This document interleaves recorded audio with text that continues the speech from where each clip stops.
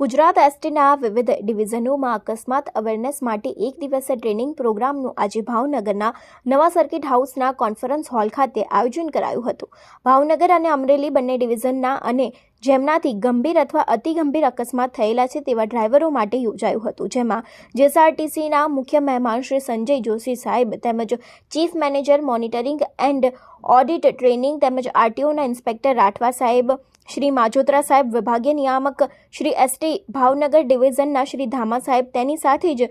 વિભાગીય નિયામક Shri Amreli sir Takhtsinhji civil હોસ્પિટલના EMT રજનીકાંત દેસાઈ, DM શ્રી મહેતા સાહેબ તેમજ વહીવટી અધિકારીઓ શ્રી કુબાવત સાહેબ તેમજ એસટી વિભાગના નિયમ અધિકારીઓ તેમજ તેની સાથે એસટી નિગમ માન્ય યુનિયનો, તેની સાથે એસટી મજદૂર સંઘ, મજૂર મહાજન તેમજ કર્મચારી મંડળના પ્રમુખ અને મહામંત્રીશ્રીઓ ઉપસ્થિત રહ્યા હતા। આ ટ્રેનિંગમાં 58 ડ્રાઈવર મિત્રો હાજર રહ્યા હતા અને તેમને ટ્રેનિંગ લીધી હતી તેવું વિભાગીય પરિવહનના અધિકારી શ્રીમતી કવિતા ભટ્ટ દ્વારા જણાવવામાં આવ્યું છે। આજ રોડ સર્કિટ હાઉસ ભાવનગર કાર્યક્રમ રાખવામાં આવેલો છે, જેમાં અમરેલી વિભાગ અને